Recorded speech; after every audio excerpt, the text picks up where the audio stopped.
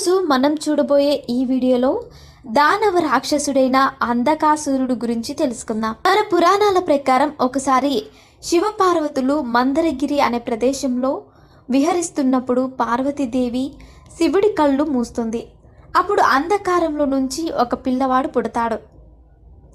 చీకటిలో పుట్టడం వల్ల ఆ పిల్లవాడు అంధుడయ్యాడు. అందువల్ల ఆ పిల్లవాడికి శివపార్వతులు అంధకాసురుడు అని పేరు పెట్టారు.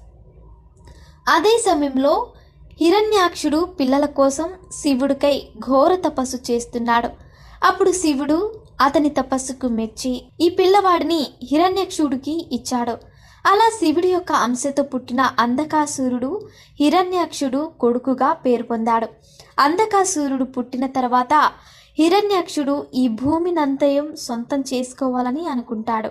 అప్పుడు వరాహ అవతారంలో విష్ణుమూర్తి హిరణ్యాక్షుడు